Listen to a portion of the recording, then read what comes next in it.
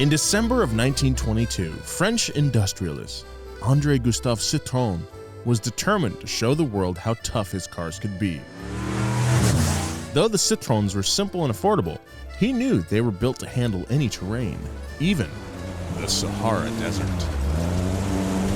So, Citroën sent two of his famous explorer friends to cross the Sahara in 5 half-tracks specifically designed to travel through the hostile conditions.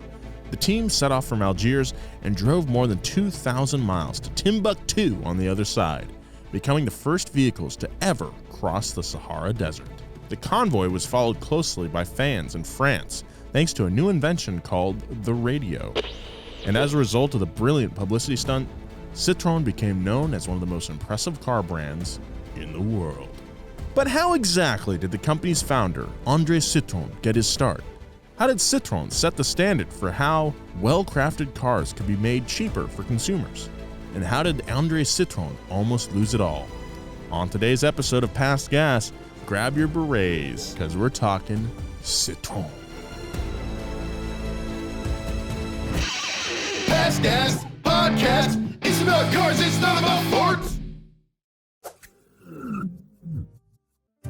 Thanks to our sponsor this week, Valvoline Motor Oil. Did you know that Valvoline provides 24 times stronger protection against engine-killing water contamination than the leading synthetic brand? That's right.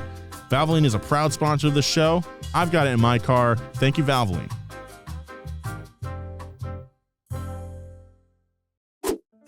Big thank you to our sponsor this week, Chime. Start your credit journey with Chime. Sign up only takes 2 minutes and doesn't affect your credit score. Get started at chime.com/gas. That's chime.com/gas. The Chime Credit Builder Visa credit card is issued by Stride Bank N.A. pursuant to a license from Visa USA Chime checking account and $200 qualifying direct deposit required to apply for the secured Chime Credit Builder Visa credit card. Regular on-time payment history can have a positive impact on your credit score. Impact to score may vary, and some users' score may not improve. Out-of-network ATM withdrawal fees may apply, except at MoneyPass ATMs and a 7-Eleven or any Allpoint or Visa Plus Alliance ATM. Gun to your head, who's your favorite French industrialist? Ooh, Go. Wow. Probably the guy who ran AMC Renault and then got assassinated by those anarchists. Oh, yeah, that guy was cool. That was pretty crazy. He laid a bunch of He might have been That was a cool post-industrialist. story, yeah. Yeah. Mine is Gustave Eiffel. Oh, the guy with the tower? Yeah. Good for him. Nice. Good poll, Joe. Mine is Jonathan Louvre of the Louvre. He also fame. invented the fins that you put on the back of a car. Yeah, Louvres. Luc Besson, film director. Yeah, Gerard Depardieu. How do you do? They might work together someday, and they can talk about it. All right. Hey, everybody. Welcome to Past Gas. We're in a French mood today. Put yourself in a freaking Riviera, baby. French mindset today because we're talking Citroën, a car company that is not available in the U.S. My name is Nolan Sykes. I'm joined by my co-hosts, James Pumphrey. Oh, oui, monsieur. And Joe Weber. Bonjour, mon ami. Bonjour to you, Joe. Welcome to the show. What do you guys know about Citroën?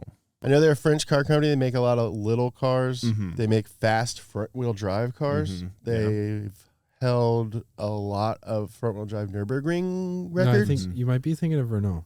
I'm thinking of Renault. No, Citroën. Citroën makes good stuff too. Yeah. I think what I know about Citroën is that I often confuse it with Peugeot. Yeah.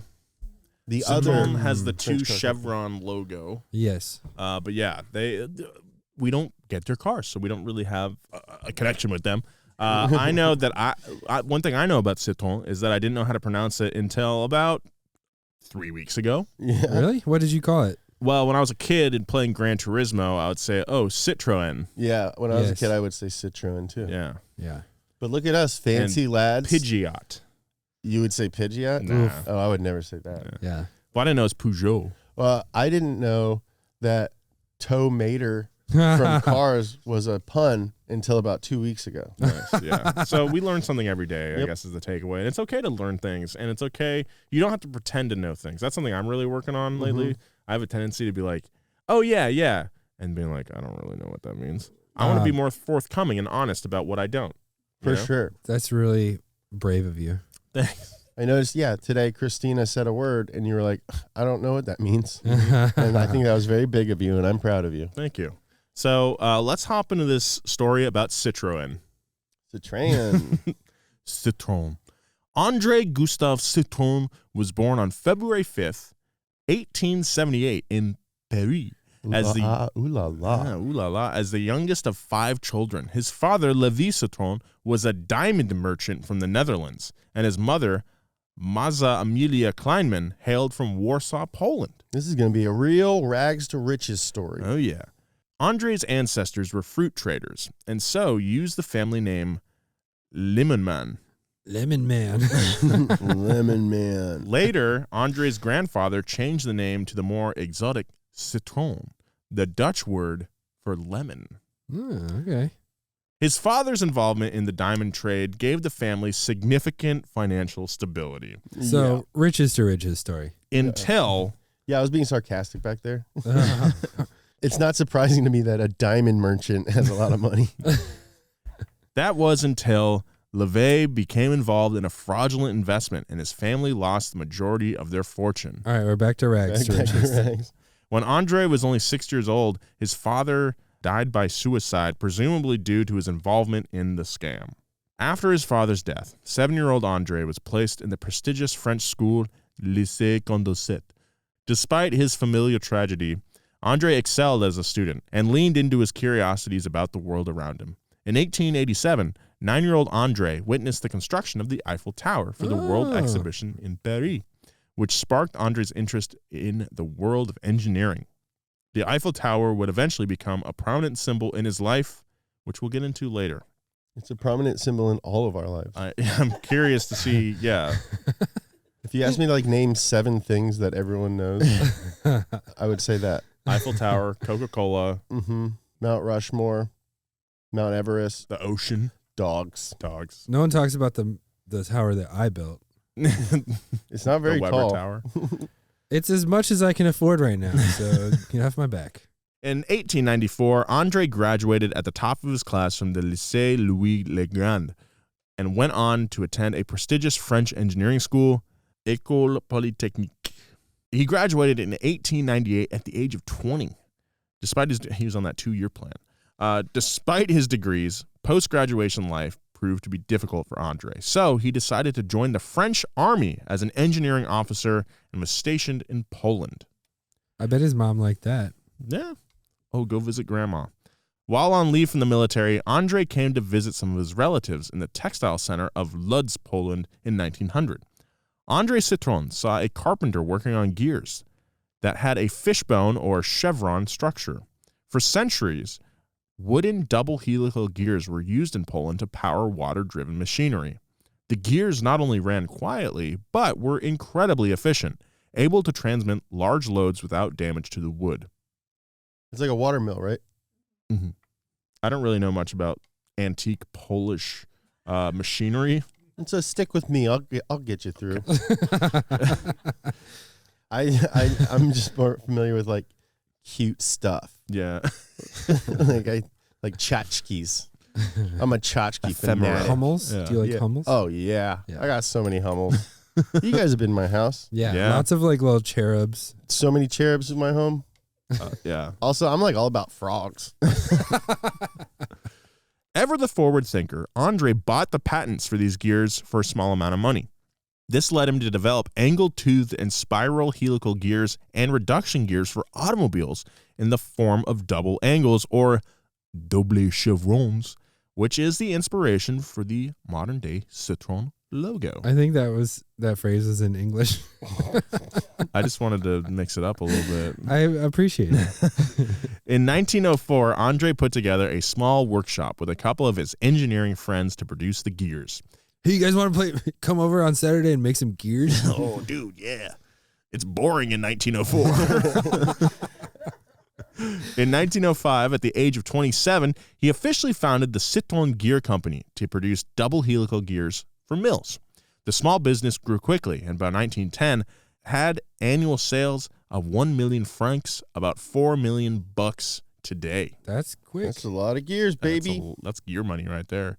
The business produced more than 500 gears including the steering gear for the Titanic. That's nothing to really write home about, honestly. Yeah, specifically the steering gear. Yeah, it's like one of the worst gears ever. I'd leave that out of the company pamphlet. Don't lead with that one. Yeah. Citroën's work sparked the interest of brothers Emile and Louis Mors. The Mors Company was a pioneer in French automobiles, known for their success in racing. I also love their chocolate bars. The Mors Bars. However, the company was only building 10 of their large, expensive cars a month. Impressed by the success of André's fast-growing company, the Mors brothers offered him a position to help produce high-quality cars, increase sales by reducing costs, and improve upon their marketing techniques. With help from André, sales at Mors improved from 10 cars a month in 1909, guys, to 100 a month in 1914, which increased the company's overall production from 125 cars to 1,200 cars per year. Yeah, math checks out. Funnily enough, though, André wasn't particularly interested in the automobile industry at first. What later drew him into cars was a research trip to the United States to see the inner workings of the Ford auto plants in 1912. Henry Ford's factory technique of using assembly lines was unmatched at the time. Where it took several departments stretched across different floors to build a Mors car, Ford managed to build a complete automobile on a single floor in its River Rouge plant in Detroit.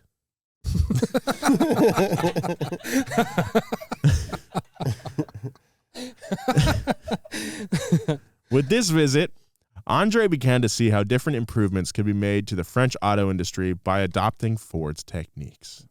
Did Mors go on to make the Mors Rovers? Yeah, I think so. Yeah. Cool. Those are so cute. Yeah. They're bigger than you think. When World War I broke out, 36-year-old André Citroën decided to return to the military as a reserve captain. During this time on the front lines, he noticed that the French army was severely lacking in their artillery supplies. André presented a business plan to the army's chief of artillery with an intention to mass-produce shells. With the assistance of the French government and know-how from his time working with Mors and Ford, André was given 30 acres on the Quai des Javel in Paris to set up a massive factory complex. Dude, you know how much you could sell 30 acres in Paris for today? Man, we slept on it, dude. The factory opened in 1915 and manufactured artillery shells and munitions in mass, which at its peak could produce up to 35,000 shells a day. The Quai des Javel complex was more of a city than a simple factory, containing not only production lines and shops, but medical and dental clinics. Whoa. The plant employed more than 12,000 workers who were mostly women. Records indicate that André set up a support system for women covering pregnancy, birth, and paid maternity leave while nursing. Wow. Take a note, dude. Ford. Yeah, Ford. Ford was busy killing people in Brazil. André had been given the responsibility of providing all French munitions plants with important materials, but he extended his system beyond the plant. I think it's sad that all of our thoughts were, that is so progressive. Mm-hmm. This is 1914. Yeah, More than but 100 years ago. it's like, yeah, we should just do that. Yeah. And like not be like, oh, wow. Yeah. You were decent? Oh, wow. You've just been trained to be crushed by rich people. Mm-hmm. France is also like a pretty cool country in that regard. There's a ongoing joke in Emily in Paris about French employee protection laws. Mm-hmm. Yeah, it's kind of a through line. Is that a cute show? It's fun to watch with your gal Mm-hmm. or alone. Who am I to say? I enjoyed it. I can't wait for Emily in Des Moines. André had been given the responsibility of providing all French munitions plants with important materials, but he extended his system beyond the plant. André is also credited with securing a steady supply of coal for factories and power plants, and even organized civil food distribution through the use of ration cards. Where does he find the time? This guy's busy. He's busy. When the war ended in 1918, André had a state-of-the-art, modern factory on his hands, but no market for the munitions it produced. So the 40-year-old decided it was time to try his hand at the world of automobile manufacturing. Yeah, I mean, you got all that machinery. Just lying around. Yeah. You got to do something with it. There's not much difference between a howitzer shell and a fender. Nope. Nope. Just different glue. André shifted the focus of the factory, converting it into a plant to develop and mass produce a small and affordable automobile. Like Henry Ford, André wanted to change the image of the car from something only the rich owned to a practical item the working class could afford. The Citroën Automobile Company was officially founded in 1919 and became the first European company to produce cars on an assembly line. Wow. I find it interesting that a lot of the small cars that we've covered in this show are made right after a war. Mm-hmm. Yeah. Like the Beetle. Well, there is a reason for that. They a lot of times they repurpose this manufacturing equipment to make a really cheap, really economical, usually work vehicle. Like in Italy, it was like the Ape Piaggio. In Germany, it was the Beetle. In France, it was Citroën. Like it just you need Yeah, you got to you need something that'll get your industry back up on its feet, something easy to produce. That was kind of the deal with the Isetta as well. It's here's a cheap car that people need. They don't have a lot of money to spend on transportation, but we need to build it out of necessity. Yeah, I think that's a good point there. Meanwhile, in America, we had big cars because we won. Yeah, we never got hit. So it's just we got a lot of space, big roads, big cars, big nuts. Let's go. On May 28, 1919, the company's first car was put into production, the Citroën Type A. The Type A was the first mass-produced car in Europe and featured a straightforward and simple design. The initial model was powered by an efficient 4-cylinder engine and featured an electric starter, lights, spare tire, and a top speed of 40 miles per hour. Those are actually for 1919. Having an electric start is pretty big, I think. That's cool. But the Type A's biggest appeal was its price point. The car cost only 7,205 French francs, which was the equivalent to around $500 in 1920, about $5,000 today. Whoa. The Type A was the first inexpensive French car to be sold at standard prices with basic accessories. Before it was made available to the public, word got out about the low-cost Type A. Even before the first public demonstration of the vehicle, thousands of orders for the car poured in. After a massive advertising campaign, 16,000 orders had been placed in only 2 weeks, and 30,000 orders were reached before the car had even left the plant. In Citroën's first year of business, they produced 2,000 cars. The following year, they quadrupled that number, selling 8,000 in 1920. This solidified Citroën as the leading manufacturer of automobiles in Europe. So those 16,000 orders, if you're on the end of that, you're waiting at least 3-4 years. Man. 2 years later, in 1921, Citroën came out with the B2, a more powerful version of the Type A with stealth capabilities and intercontinental ballistic missile launching capabilities. They were way ahead of their time. No, it's a little car. It's not the bomber. Sorry. This B2 offered an increased speed of 45 miles per hour. The following year, they dropped the 5CV, a small two-seater that went up to 36 miles per hour. This particular model was marketed towards a yet untapped market, the lady driver. Most of the models were yellow, so the car was given the nickname the Little Lemon. Aww. Can I just say, 5CV Citroën. We drove the Isetta pretty recently, and I want a Quirky car at some point. Yeah. Like an Isetta. This 5CV, this if you've seen that, this was on Top Gear one time when they did a super classic car episode. Mm-hmm. It'd just be cool to have something that I'm not concerned with going fast or handling or whatever. It just purely owned on merits of cuteness. Yeah, for sure. It'd be fun. I saw a Ford Model A last weekend on my way to this BMW thing. And for one of the first times ever, I was like, I get it. Mm-hmm. That guy's having a good time. Yeah. I was by the beach. Yeah. And he was going super slow and he was just putting around. And then we shot a video at the track where he put Ford Model A tires and wheels onto our Miata.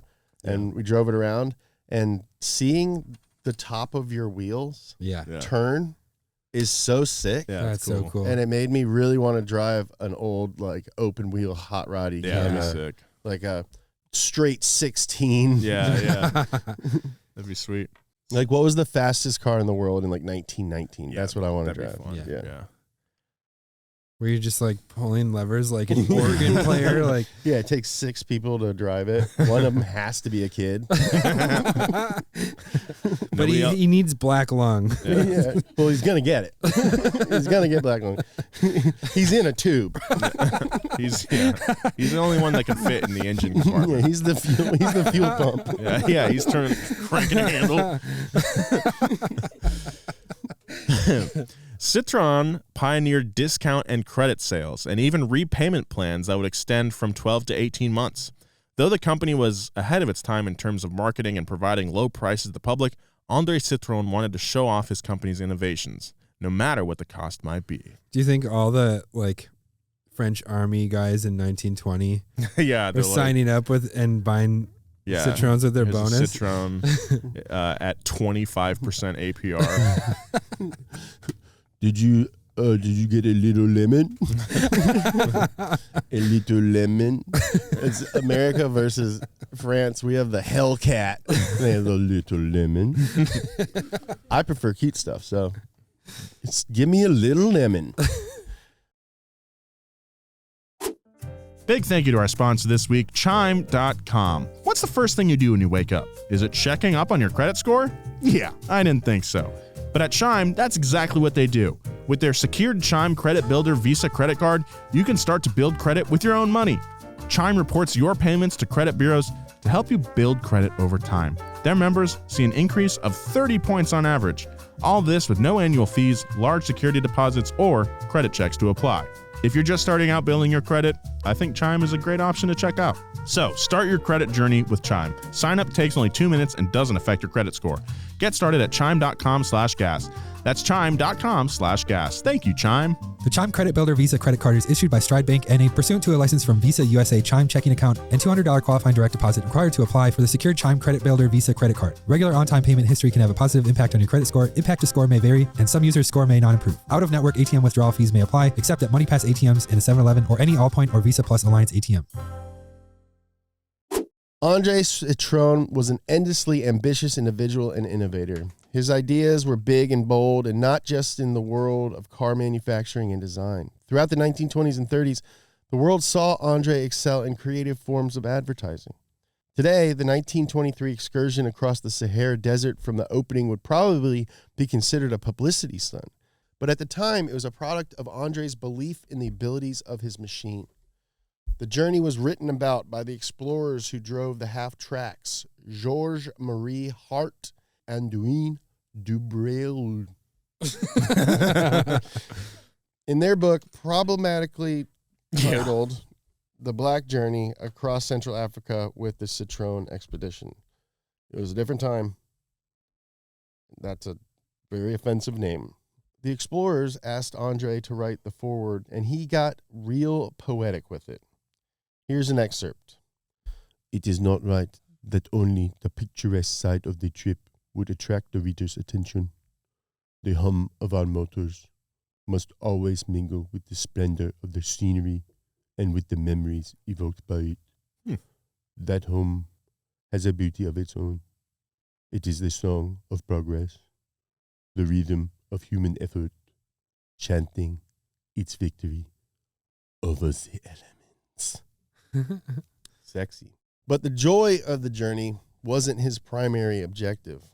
André was very aware of the profit potential of being the first entrepreneur to figure out the best possible way of getting African goods to Europe. André recruited the help of several brilliant engineers throughout his career, but for this challenge, he asked Russian engineer Adolf Kagris to take part, since he had developed tracked vehicles for Tsar Nicholas II. But who hasn't, though? But who hasn't, though? It is funny that when you look up Nicholas II of Russia, the tagline is former emperor of all the Russias. Former. Well, he used to be. Yeah. Yeah, it is a weird way to phrase it. Normally they put like 13th. The excursion broke world records and was no easy feat for the vehicles involved. The 5 half-tracks named Golden Scarab, nice, Silver Crescent, Cool. Flying Turtle, Nice. Whoa. Sacred Cow. Whoa. And Crawling Caterpillar. Yeah. Oh. Nice. And the Silver Monkeys and the Blue Barracudas. They were all based on Citroen's. Is that Olmec. is The that Legends of the Hidden Legends Temple. of the Hidden Temple reference? Nice. They were all based on Citroën Type B2 10CV saloon cars. While the production Type B2 had a standard rear axle, the half-track fleet had a set of Kegris Caterpillar tracks. Oh, Caterpillar. Got it. That allowed... Oh, is that why they call Caterpillars that? Because they crawl? Yeah. Like No. No, not the bug. I mean the like... No, I'm talking... Yeah, machinery. I think that's why they Caterpillar call them. Yeah. Wow. Toe mater. You guys. Toe mater. This allowed the cars to distribute their weight more broadly and glide over the smooth Saharan sand. Cool. Andre once wrote that in every enterprise, success is a question of method. It's cool. Nice. And it's clear that this methodical nature is what made the Sahara excursion such a success. Dude, have you seen those pictures of like, here are all the other countries inside of Africa? Mm. The U.S. takes up like maybe 2/3 of the Sahara. Whoa. It's that big. Wow. Like mainland U.S., not Alaska and stuff like that. It's big. It's not cute. But perhaps the biggest, most impressive moment of advertising for Citroën was when they managed to use the Eiffel Tower as a billboard. What? From 1925 to 1934, the Citroën name was emblazoned in lights across the iconic tower. Whoa. 250,000 light bulbs and 600 kilometers of wiring were used, with the display so bright that explorer Charles Lindbergh used it as a guide to help him land after his journey across the Atlantic Ocean. I will say, it doesn't look that good. And it was on there for like 8 years. Yeah, for a long time. That is very impressive. It's not that good. It's not. Maybe for the time. I mean, for the time. I mean, because like now We have LEDs. we have LEDs and stuff. crap. They had a guy on a rope, Yeah. Yeah. Yeah. and they didn't even have like comms either. No. So he's like, look. To the right. No, too far back. What? Good. André Citroën truly outdid himself with this unheard of feat. Unfortunately, this soon would come at a price, literally and figuratively. The time of the Citroën company's rise to prominence unfortunately coincided with the Great Depression. Even though the world was facing mass financial uncertainty, André was determined to modernize his factories and continued to push for innovations in his vehicles and the company's production methods. This unrelenting ambition also meant huge investments were made in buying out patents and developing new concepts. And it didn't help that the company paid for advertising on the Eiffel Tower and that André Citroën himself developed a massive gambling problem. Yikes. I love roulette. I do love roulette. When I went to Vegas, that's all we did. Yeah. Yeah. It's one of the more flashy things you can do in a casino. Yeah, and I feel like as like a game of chance, it really truly is like a game of chance. you Yeah. know? Just I just do red or black. Yeah. At the height of their popularity in the 1920s, André enjoyed the riches of his company's success and was considered a celebrity. Let's go, dude. Let's go, André. Let's go, dude. Is that André Citroën? He's a celebrity. You know what they say? André! They don't say let's go. I love your car! In France, they say allons-y. Allons-y, let's go. André! Do you mind if I take a picture? It will take a very long time. Dude, that André Citroën is so... His meme game is on point, dude. It's so funny. I like the old André Citroën. As the founder of one of the most successful marques in Europe, André was one of the few men at the time to not have a credit limit. Whoa. That's bad for a guy who gambles. This was something that he used to his advantage, and he became an extravagant gambler. Wow. I bet you I can eat this elephant. Andre once commented that he didn't mind whether he won or lost, only that the amount he bet was noticed. Oh my Jeez, God. man. His gambling habit was fodder for gossip columns and detailed his every move, including the various women that the married man would bring out on the town to show off his betting prowess. 2. Look, check this out. Look how much I can bet on this. This man thinks I cannot eat this elephant. You know, man, I think business is its own gamble, and you should have just stuck to that. You know what I mean? For sure, dude. You are profound today. I love it. I'm here for it, dude. I appreciate it. I'm proud of being your friend. Wise. Mage, dude. Despite the chaos in his personal life, André's quest to modernize his factories actually paid off to a degree. Citroën developed the first mass-produced car with front-wheel drive. Whoa. The Traction Avant Type 7, a.k.a. Nice. the 11CV, baby. Oh, this thing's cool. It looks Yeah. sick. I like this. Put a freaking K20 in this thing. Oh, dude. Yeah, we should K20 swap in a 12CV. 12CV. 12CV, c'est la vie. Sacré bleu. The VTEC. VTEC Exine. You hear that VTEC cut in, it's going. The car had a unibody chassis, torsion bar suspension, and a low center of gravity, which made it a well-handling car for the time. Sick, The man. Traction Avant was massively popular and stayed in production until 1957 with varying body styles. Ooh. It's a But- long run. But despite the success of the Traction Avant, by the 1930s, André's instability in both his personal and financial affairs was impossible to ignore. The Citroën Automobile Company filed for bankruptcy in 1934, and the following year they were bought out by the Michelin Tire Company. On top of the loss of his company and personal financial issues, André Citroën grew increasingly ill with stomach cancer in the months following the buyout Oh, no. and passed away in 1935. Oh, man. He was 57 years old. Dang. young, dude. R.I.P., Mr. Citroën. R.I.P. Andre. 57, too young. man. R.I.P. Andre. Goodbye, Andre. Bonjour, Andre. In the arms of the angels. C'est la vie. C'est la vie. Perhaps one of the more heartbreaking aspects of André Citroën's death was that he never got to witness the success of the Traction Avant. French engineer Pierre Boulanger became CEO of Citroën under the new ownership, alongside parent company Michelin, and was determined to keep expanding the brand. To do this, they gave the 11CV a new 2.8-liter inline-six with an output of 77 horsepower, which is a lot for the time. Yeah. For sure. In an unexpected usage of the car's ability, it's said that the 11CV was so speedy and nimble that it soon became a favorite amongst gangsters, given its capability to outrun the police cars of the time. Get in the Hell car! yeah. Let's That go. seems to be like a theme with cars, like the old Fords that Mhm. Like you know, Model A. bootleggers used. Yeah, Yeah. the 32 Deuce. Gangsters like fast cars. Nothing's changed. I love fast cars. During World War II, the Citroën I'm company... saying I'm a gangster. Yeah. I'm a spiritual gangster. I love Tupac. Okay. Do you know boulanger means baker, like boulangerie?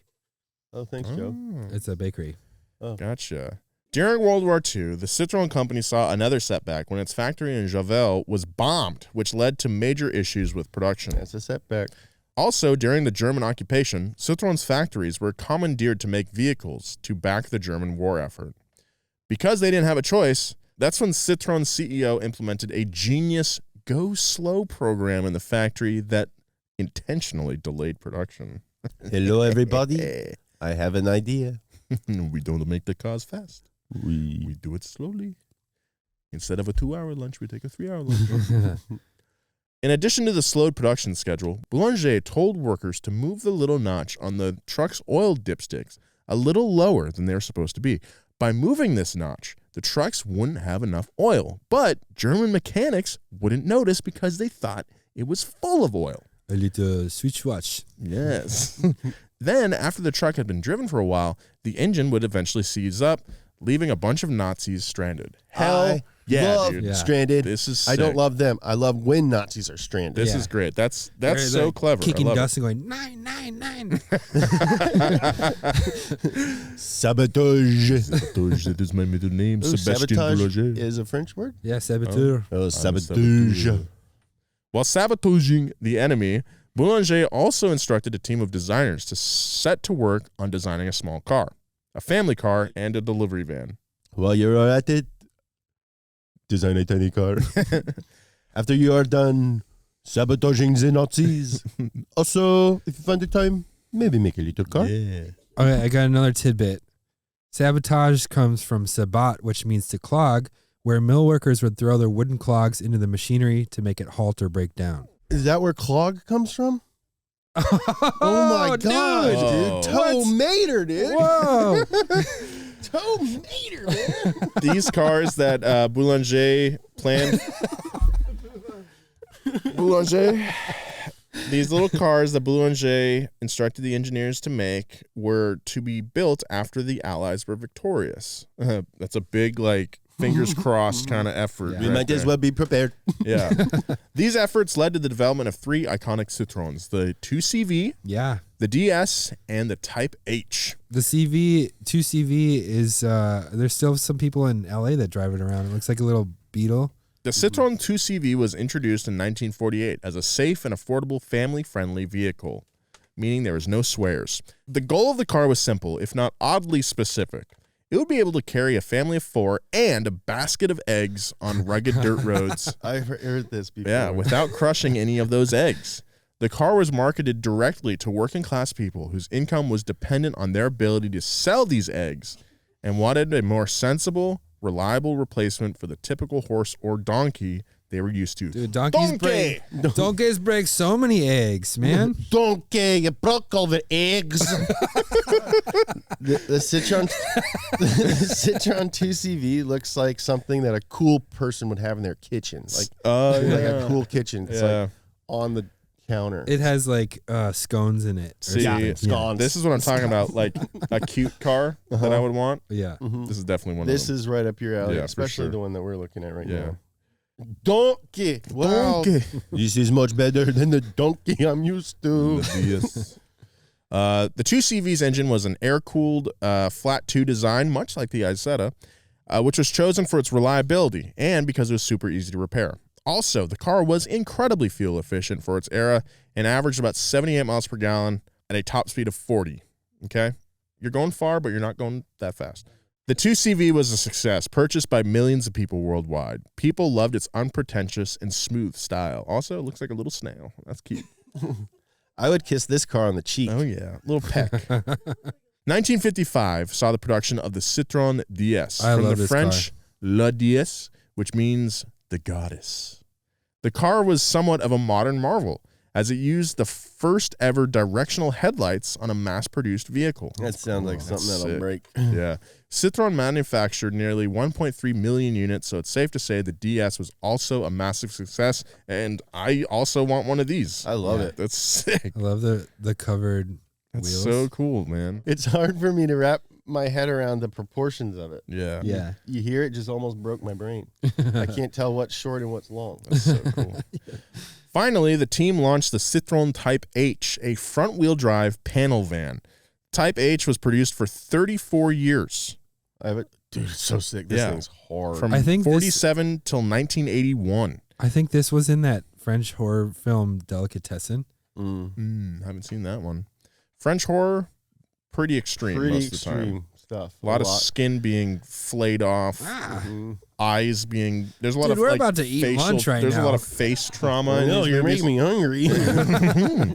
The Type H was considered an innovative design at the time, with rear-hinged cab doors and bodywork that was influenced by the Junkers aircraft. Yeah, it's interesting. Hey, you know that plane that keeps bombing the out of us? Let's make a car that looks like that.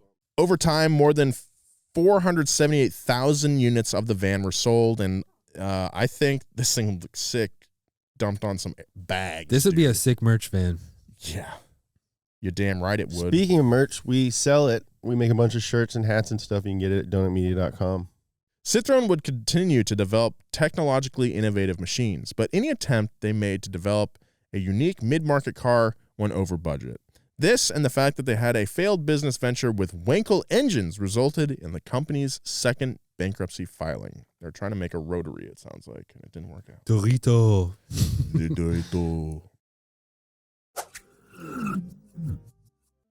Thanks to our sponsor this week, Valvoline Motor Oil. Valvoline provides 24 times stronger protection against engine-killing water contamination than the industry-leading synthetic brand. Now, you might be asking, Nolan, how the heck does water get in my engine?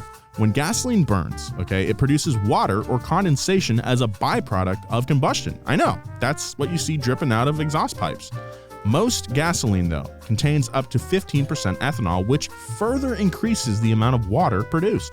Newer engine technologies, like stop-start and shorter trips, can make it even harder for your engine to heat up enough to burn that water off.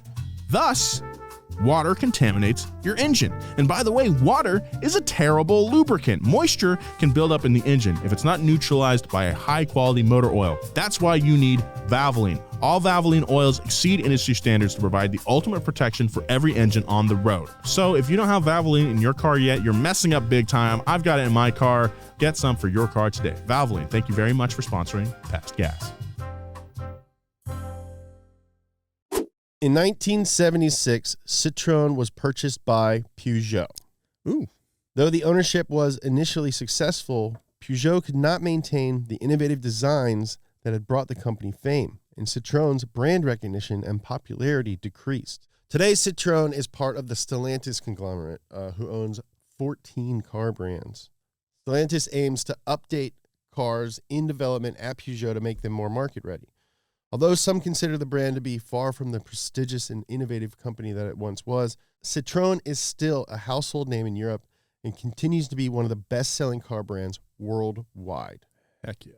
Citroën currently offers a lineup of SUVs, hatchbacks, and family-friendly cars, but one of their more exciting innovations is Citroën Oli. This electric car was built from recycled materials to be as light as possible, which helps it consume a low amount of electricity. I don't understand. Is the windshield directly 90 degrees from the ground? It looks like it. That's crazy. What? That's sick, though. I love that design. Whoa. It looks like a Honda Element had a baby with a Resvani tank. Yeah, and then it was colored by Tinker Hatfield. Who's that? I think he... Oh, the Nike Dunk dude. Yeah, it's got some infrared on it for sure. Super Nike. Infrared is one of my favorite colors. Very cool. The color of my valve cover in my Golf. This attempt to jump in on building an eco-friendly car supports the original Citroën mentality, innovation that the average citizen can afford, as the hypothetical price of the yet unreleased car is around 25,000 euros, or $100 million on Bring a Trailer. Citroën has also reached beyond the world of manufacturing and is a well-known name in the world of rally racing, something that we'd be remiss to leave out of this episode. Citroën's history in racing goes as far back as 1926 when they came in third in the Monte Carlo Rally. That's cool. They then spent the next decade competing on a relatively small scale and weren't a major player until the 1960s. Petite. A few years after its public debut, the Citroën DS was a key player in several races, including a win at Monte Carlo in 1966. Predictably, the Citroën racing team was impacted negatively by the firm's 1974 bankruptcy and had a hard time keeping up with changing race standards, which demanded vehicles designed specifically for racing rather than standard production cars. Eventually, they caught up, and in 1986, Citroën came out with their specially designed Rally BX, the BX4TC. Although the car wasn't particularly successful, it was a good starting point for the company to get back into the sport. The 1990s is when Citroën Racing had a hot streak. The team won the Rally Raid Constructors Championship 5 times and won the Dakar Rally 4 times. Once in 91, then 94, 95, 96. Nice. 3-peat, baby. That's hard to do. In 2001, the Citroën Racing team made a triumphant return to the World Rally Championship. And between 2003 and 2012, Citroën Racing won the manufacturer's title a total of 8 times. Whoa. A key factor in these wins was the development of the Exara World Rally car, which became one of the most successful vehicles to cross the finish line of the World Rally Championship. Oh, do you know who drove it? Was it Sebastian Loeb? It was Sebastian Loeb. This is the car that Sebastian Loeb drove to 3 consecutive drivers' championships, 2004, 2005, and 06, and Citroën to win 3 consecutive manufacturers' championship titles, 2003 to 2005. This thing is sick. The next car responsible for multiple championships was the Citroën C4 WRC. The C4 WRC was based upon the C4. The C4 Corvette. The Citroën C4 road car, and was also driven by Sebastian Loeb to 3 consecutive manufacturers' titles in 2008, 2009, and 2010, three-peat again. And finally, the Citroën DS3 WRC and Sebastian Loeb won the company its last 2 manufacturers' titles in 2011 and 2012. Citroën's effect on the World Rally Championship showed consumers that they were still relevant in the world of innovative and effective design. Overall, no automaker has won more world rallies with 102 or more world championships, 17, than Citroën. That is surprising. That's crazy, right? Whoa. That's cool. Yeah, that is cool. Because Big ups. You talk about rally cars, it's always, people are always talking Subaru, yeah. People are just talking Mitsubishi. even Renault, Audi, Yeah. Peugeot. But But real rally heads like us, like us, no. they know. We know the Citroën. Citroën and its founder, André Citroën, aimed to be at the forefront of design, capability, and accessibility. To be audaciously innovative in a time of worldwide financial instability was a huge risk that may have landed the company in debt, but at the time, their cutting-edge cars were unmatched. Citroën's mission has always been to make their cars accessible for drivers of any economic status, and the fact that the brand has carried on in this mission would make André Citroën proud. Looks like this bet paid off. Ooh, nice. And that's Hey. the cutest thing of all. Dude, I want a DS. Yeah. Yeah. It's crazy, man. You get older, and sometimes your desires stay the same. When I was a kid, I wanted a Nintendo DS, and now I want a Citroën DS. Wow, you've really evolved. I'm proud of that, dude. Nice. Tomater. All right, We got some fan mail. Yes, we do, James. What's up, fellers? Loving the podcast. Keep them coming. Just sent in a little note because I thought you might like to know. Donut is big in Moab, Utah. Oh. Back in September, I took the longest road trip I ever have at over 4,600 miles. That's Good a Lord. slog. On that trip, I stopped in Moab to see what it was all about. I wasn't even in town for 10 minutes when I stopped at the general store. Walking in, a guy yelled out, "Nice donut shirt," and gave me a thumbs up. Nice. I went on inside, and a minute or two later, I was walking down the back aisle, and another guy was like, "Donut Media, huh?" He pushed me into the wall. Yeah. Moab is a very side-by-side and Jeep sort of town, so it makes sense, I guess. Maybe you guys should think about including Moab on your next tour or road trip or whatever. Thanks, guys, for all the great content. Hattori Hanzo. Thank you very much. Hattori. Thank you guy for who making makes swords. Yeah. I don't think that's his real name, Yeah, but that's a character from Kill Bill. yeah. Well, thank you, Mr. Hanzo, for your letter. Your letter that you mailed in. If you'd like to get in contact with the show, passgas@donutmedia.com. We'd love to hear from you. Even little anecdotes like that. Donut Media, really killed me, so that's pretty fun. Also at donutmedia.com, you can buy a bunch of shirts or hats or whatever. We put a lot of effort into our apparel, and just go check it out. Maybe you see something you like and you can get it. Follow Nolan at Nolan J. Sykes. Follow Joe at Joe G. Weber. Follow me at James Pumphrey. Go check out our YouTube channel if somehow you haven't already. Hey, we have another podcast. It's called Donut Racing Show. It's about Formula One. It's weekly now, which is a big change, and I'm really excited for it. It's hosted by me and my co-host, Elizabeth Blackstock and Alanis King. The first episode we posted was really good. I can't wait to do more stuff throughout the season. Weekly is going to be so great, so check that out. DRS, baby. Big thanks to our producers, Christina Falski and Gavin Kinsel, and our writer this week, my good friend, Kristen Egan. Go pick up a wrench. Go hang out with your friends. Talk about cars. Maybe work on one. Bye.